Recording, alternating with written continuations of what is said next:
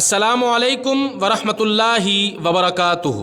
آج کی ویڈیو میں آپ کو ایک ایسی جڑی بوٹی کی خصوصیات سے آگاہ کروں گا جو کہ کینسر اور بے اولادی کا شافی علاج ہے۔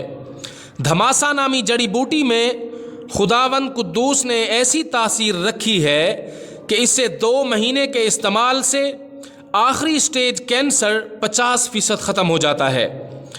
یاد رہے کہ کینسر پورے جسم میں ہو یا معدے، پھیپھڑے، جگر، حتیٰ کہ ہڈیوں تک پھیل گیا ہو۔ کچھ لوگ دھماسا کو غلطی سے جواہیاں یا جمایا سمجھتے ہیں، لیکن حقیقت میں یہ علیحدہ پودا ہے۔ دھماسا کے پودے میں تھوڑے تھوڑے فاصلے پر 4 کانٹوں کا ایک سیٹ ہوتا ہے، جس میں ہر 2 کانٹوں کے درمیان پتلا اور لمبوترا پتا ہوتا ہے۔ یہ کانٹے 3 بھی ہو سکتے ہیں اور 4 بھی۔ اس کی شاخیں بہت پتلی ہوتی ہیں، اس لیے یہ براہ راست بڑھ نہیں سکتے اور ایک چھوٹی سی جھاڑی کی شکل اختیار کر لیتے ہیں۔ یہ پودا اٹلی، جرمنی، مشرق وسطیٰ کے ممالک، پاکستان اور بھارت میں بھی پایا جاتا ہے۔ یہ بوٹی کینسر، خاص طور پر خون اور جگر کے کینسر کے علاج کے طور پر مانی جاتی ہے۔ اس کے پھولوں کا رنگ ہلکا جامنی ہوتا ہے۔ پھول جھڑنے کے بعد اس کے کانٹوں کے قریب 0 شکل کے چھوٹے بیج بڑی تعداد میں ہوتے ہیں۔ یہ سب سے بہترین مصفی خون ہے اور خون کے لوتھڑوں کو پگھلا کر خون کو پتلا کرتی ہے، جس کی وجہ سے برین ہیمریج، ہارٹ اٹیک اور فالج وغیرہ سے حفاظت ہوتی ہے۔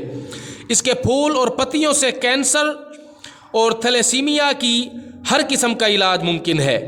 جسم کی گرمی کو زائل کرنے اور ٹھنڈک کے اثرات کے لیے استعمال کی جاتی ہے۔ دھماسا بوٹی مردانہ زنانہ بانجھ کا بہترین علاج ہے۔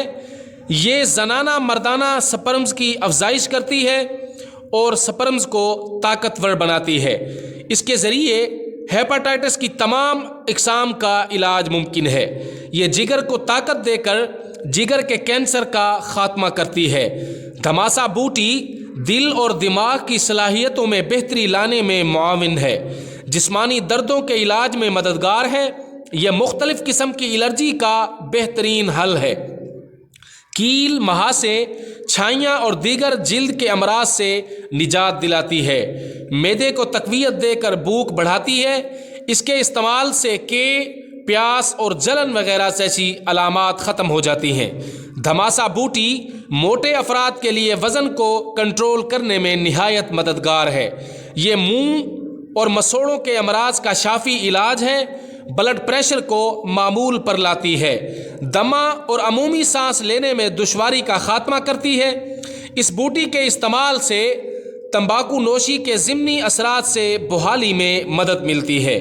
اس کے استعمال کا طریقہ یہ ہے کہ تازہ بوٹی توڑ کر صاف کر کے سکھا لی جاتی ہے اور سوکھنے کے بعد پیس کر استعمال کی جاتی ہے۔ ویڈیو پسند آئے تو لائک کریں، چینل پر نئے ہوں تو ضرور سبسکرائب کیجئے گا۔ والسلام۔